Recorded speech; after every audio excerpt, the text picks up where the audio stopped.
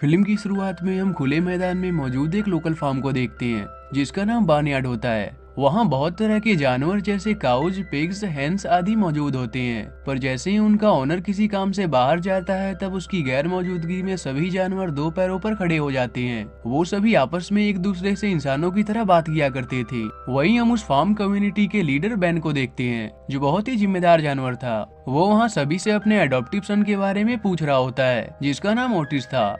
Otis बहुत ही बेपरवाह और fun loving काऊ था जिसे किसी भी तरह की जिम्मेदारी से कोई मतलब नहीं था और वो अपने फार्म के दोस्तों के साथ मिलकर खूब मौज मस्ती कर रहा होता है। दूसरी ओर बेन ने फार्म के सभी जानवरों को मीटिंग के लिए बुलाया होता है। तभी ओटिस मस्ती करते हुए वहां आ पहुंचता है। बेन उसे शांति से वहां बैठने को कहता है और सभी को बताता है कि वुल्फ सीजन शुरू हो चुका है, इसलिए वो वुल्फ के शिकार से बचने के लिए उन्हें कुछ रूल्स बताता है। जैसे सभी को ग्रुप्स में रहना था और किसी को भी फेंस से बाहर जाने की अनुमति नहीं थी। और इसी के साथ वो मीटिंग एंड हो जाती है। पर सभी के वहां जाने के बाद बेन ओटिस को वहीं रुकने को कहता है और उसे अपने वही रूल्स दोहराता है। पर ओटिस को इस बात की कोई चिंता नहीं थी और वो उनसे कहता है कि जब मैं यहाँ का लीडर बनूंगा तब यहाँ की किसी भी जानवर को अपने बचाव के लिए मदद की जरूरत नहीं होगी और वो अपनी रक्षा खुद कर सकेंगे।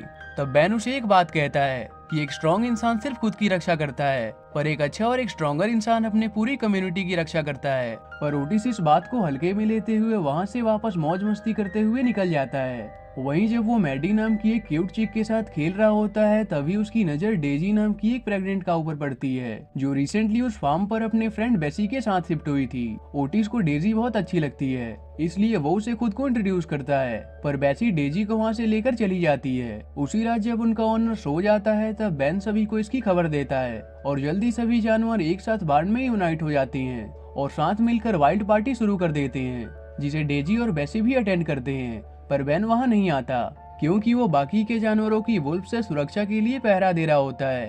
तभी वहां ओटिस आ जाता है और वो दोनों साथ में थोड़ी बात करते हैं जहां बेन ओटिस को बताता है कि किस तरह जब वो बचपन में अकेला था तब उसने उसे अडॉप्ट किया था और तब से ही वो यहाँ रहकर उसकी और बाकी के जानवरों की हिफाजत करता है और साथ ही वो उसे ये भी बताता है कि वो उससे कितना प्यार करता है। पर ओटिस पार्टी के लिए लेट हो रहा होता है इसलिए वो जल्दबाजी में वहाँ से चला जाता है और उस पार्टी में पहुंचकर वहाँ खूब एंजॉय करता है। वहीं बेन जो फेंस लाइन को गार्ड कर रहा होता है तभी कुछ भेड़िए मौका पाकर हेंस का शिकार करने आ जाते हैं।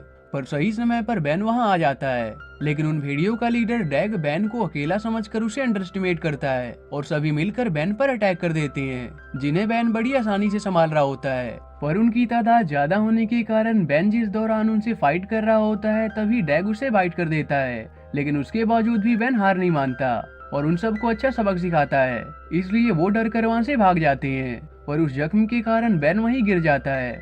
ओटिस को जब इसकी खबर मिलती है तब वो भागते हुए बेन के पास आता है पर आखिर में बेन की वहीं डेथ हो जाती है और फार्मर उसकी बॉडी को हिल साइड की ओर दफना देता है। सभी जानवर भी उसकी कुर्बानी के लिए उसे ट्रिब्यूट देने आते हैं। बेन के जाने के बाद ओटिस बहुत दुखी हो जाता है और उसे बहुत मिस कर रहा होता है पर उसके बाद फार्म के जानवरों को अपने नए लीडर की जरूरत थी और क्योंकि बेन हमेशा से ये चाहता था कि उसके बाद ओटिस वहाँ का इंचार्ज बने इसलिए ओटिस को वहाँ का इंचार्ज बना दिया जाता है। लेकिन ओटिस इसकी रिस्पॉन्सिबिलिटी लेने के लिए अभी तैयार नहीं होता पर इसके अलावा और कोई चारा भी नहीं था। उसी दौरान उनका ओनर फार्मर वहाँ आकर उन सभी को उस पोस्चर में देख लेता है लेकिन इससे पहले कि वो कुछ रिएक्ट करता ओटिस का दोस्त फ्रेडी उस पर अटैक करके उसे बेहोश कर देता है और वो उसे एक पेड़ के नीचे ले जाकर ऐसा सिनेरियो क्रिएट कर देते हैं जिससे फार्मर को ये लगे कि वो बस उसका सपना था और उनका ये तरीका काम कर जाता है। इसके बाद ओटिस फ्रेडी और पैक पर फार्म की जिम्मेदारी देकर घूमने निकल जाता है जहाँ रास्ते में उसे फार्म के 3 जर्सी काउज मिलते हैं।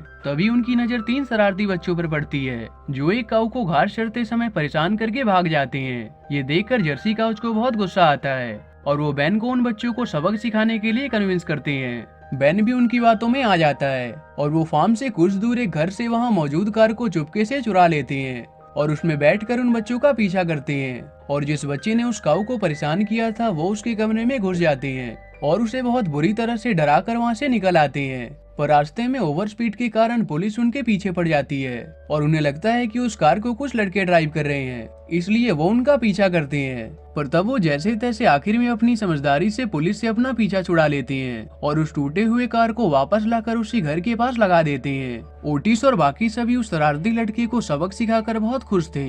उनके जाने के बाद ओटिस अपने डैड बेन की तरह फेंस लाइन को गार्ड करने के लिए वहाँ रुक जाता है। तभी डेजी वहाँ आ जाती है। ओटिस उसे देखकर बहुत खुश होता है और वो दोनों साथ में थोड़ा टाइम स्पेंड करते हैं, जहाँ डेजी उसे अपने बारे में बताती है कि उसके हस्बैंड और उसके बाकी के झुंड एक स्टॉर्म में मारे गए, पर फॉर्चुनेटली वो और उसकी दोस्त बेसी इस हादसे में बच गए, जिसके बाद वो दोनों यहाँ आ गए। तभी ओटिस देखता है कि भेड़ियों की वही झुंड एक खरगोश का पीछा कर रहे हैं, इसलिए वो उसे बचाने के लिए उनके पास पहुंचता है। वो खरगोश तो उनसे बच निकलता है, पर जैसे ही ओटिस उन्हें देखता है वो बहुत डर जाता है। डैग को जब पता चलता है कि वो बेन का सन है, तब वो उसका मजाक बनाने लगता है, क्योंकि उसे पता था कि बेन के कंपैरिजन में ओटिस कितना बेपरवाह है। डैग उसे कमजोर समझकर उससे एक डील करता है कि वो कभी कभी फार्म आकर वहाँ से कुछ एनिमल्स को ले जाया करेगा और ये बात सिर्फ उन तक ही सीक्रेट रहेगी, और अगर वो जरा सी भी हिम्मत दिखाने की कोशिश करेगा तो उसके लिए अच्छा नहीं होगा। बेन डर कर शांति से उनकी पूरी बात सुन रहा होता है। ये कहकर वो सभी वहाँ से चले जाते हैं। उसके बाद ओटिस दुखी होकर अपने डैड के ग्रेव के पास जाता है और उनसे कहता है कि आप एक ग्रेट डैड और ग्रेट लीडर थे, पर मैं आपके जितना बहादुर और रिस्पॉन्सिबल नहीं हूँ। अगर आज आप यहाँ होते तो उन भेड़ियों का डटकर सामना करते, पर मैं उनके आगे कमजोर पड़ गया, इसलिए मैं अपने फार्म के जानवरों का लीडर बनने के बिल्कुल लायक नहीं हूँ। और अगले दिन वो ड्यूक को वहाँ का इंचार्ज बनाकर वहाँ से जाने वाला होता है। तभी डेजी उसके पास आती है और उसके वहाँ से जाने का कारण पूछती है। तब ओटिस उसे बता देता है कि यहाँ सभी उस पर ट्रस्ट करते हैं, पर वो उन्हें प्रोटेक्ट करने के काबिल नहीं है। डेजी के समझाने के बाद भी वो अपना फैसला नहीं बदलता और वहाँ से निकलने वाला होता है। तभी उसे पता चलता है कि वो भेड़िए मैडी नाम की छोटी चीक के साथ और भी कुछ हैंस को वहाँ से ले गए हैं। तब ये सुनकर ओटिस उन्हें बचाने का तय करता है और अकेले ही उन भेड़ियों का मुकाबला करने निकल जाता है। वहीं भेड़ियों ने अपने इलाके में सभी हैंस को बांध रखा होता है और जैसे ही डैग मैडी को खाने वाला होता है, तभी बेन वहाँ आ जाता है, जो उसे गुस्से से सभी हैंस को वहाँ से जाने देने को कहता है। तब डैग सभी भेड़ियों को उस पर हमला करने के लिए भेजता है। ओटिस इस बार सभी का डटकर सामना करता है, पर भेड़ियों की तादाद ज्यादा थी, जिसका फायदा उठाकर डैग उसे भी बेन की तरह बाइट कर देता है और ओटिस भी घायल होकर वहीं गिर जाता है। पर जब वो भेड़ियों को हैंस की ओर बढ़ता देखता है तो वो अपने डैड की बात याद करके उनके लिए हिम्मत करके उठ खड़ा होता है। पर तभी डैग देखता है कि ओटिस के पीछे उसके दोस्त भी वहाँ आ चुके थे। उतने में वहाँ तीनों जर्सी काउज भी उस कार से वहाँ आ जाते हैं, जिससे बेन को भी बहुत हौसला मिलता है और वो अपने मिनी दोस्तों को भी इन्फॉर्म करके वहाँ बुला लेता है। और उन सभी के कंबाइंड एफर्ट के कारण सभी भेड़िए उनके आगे कमजोर पड़ते हैं। एक समय पर डैग ओटिस पर पीछे से हमला करने वाला होता है, पर सही समय पर ओटिस को इस बारे में पता चल जाता है और वो उसे पकड़ लेता है। पर वो डैग को वापस कभी भी फार्म पर ना आने का वार्निंग देकर छोड़ देता है और इस तरह से वो उनसे अपने डैड की मौत का बदला भी ले लेता है।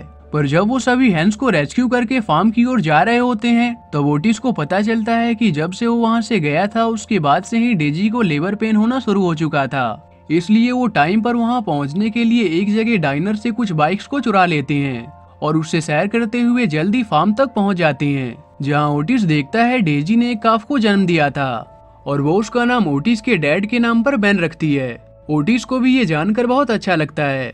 आखिर में सभी के कहने पर ओटिस वहाँ से जाने का अपना विचार बदल लेता है और तय करता है कि वो वहीं रहकर अपने डैड की तरह फार्म के सभी जानवरों की रक्षा करेगा और सभी जानवर भी उसके इस फैसले से बहुत खुश होते हैं। और इसी के साथ ये मूवी यहीं एंड हो जाती है।